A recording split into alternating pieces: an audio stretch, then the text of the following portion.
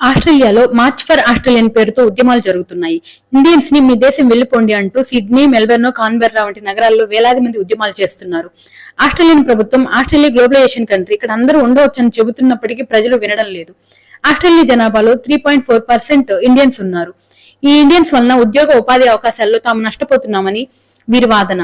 Indians వలన ఇంటి కొరత ఏర్పడిందని, ఖర్చులు పెరిగాయని, వారు తమ అవకాశాలను లాక్కుంటున్నారని, ఎక్కడి నుండో వచ్చిన వారి వలన అసలైన ఆస్ట్రేలియన్స్ నష్టపోతున్నారని వారి వాదన. కానీ ఇప్పుడు ఉద్యమాలు చేస్తున్న వీరు ఎవరూ కూడా ఆస్ట్రేలియన్స్ కాదు. ఏ వలసవాద సిద్ధాంతం మీద ఆస్ట్రేలియా ఏర్పడిందో అదే వలసవాదాన్ని నేడు తప్పని ఆందోళన చేస్తున్నారు. నిజానికి ఇప్పుడున్న ఈ తెల్లవాళ్లు 1760 ఆ సమయంలో బ్రిటన్ నుండి వచ్చి ఆస్ట్రేలియాలో ఉండే అబార్జినల్స్ తో ఆశ్రయం పొంది చివరకు వాళ్ళ దేశాన్ని లాక్కుని వాళ్ళని బానిసలుగా చేసుకున్నారు. దీనితో అబార్జినల్స్ కి ఈ బ్రిటిషర్స్ కు జరిగిన యుద్ధంలో చాలా మంది అబార్జినల్స్ చనిపోయారు. అలాగే బ్రిటిష్ వారి వలన మందులేని అంటు రోగాలతో చాలా మంది అబార్జినల్స్ చనిపోయారు. First world war and second world wars లో కూడా బ్రిటన్ తరపున అబార్జినల్స్ ను బలవంతంగా పంపించారు.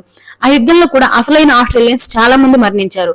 ఇలా 90% మంది అబార్జినల్స్ ను అంతం చేసి బ్రిటిషర్స్ ఈ దేశాన్ని తమదిగా ఆక్రమించుకున్నారు.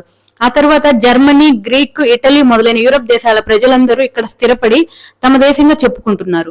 ఇప్పుడు నిజమైన ఆస్ట్రేలియన్ అబార్జినల్స్ ఆస్ట్రేలియా జనాభాలో 3% మాత్రమే. వీరు ఆటవిక తెగ. చదువు, ఉద్యోగాల అభివృద్ధికి ఏమాత్రం నోచుకోలేదు. కానీ వలస వచ్చిన తెల్లవాళ్లు మాత్రం ఈ దేశం మాది, ఇండియన్స్ వెళ్లిపోవాలని ఉద్యమాలు చేస్తున్నారు.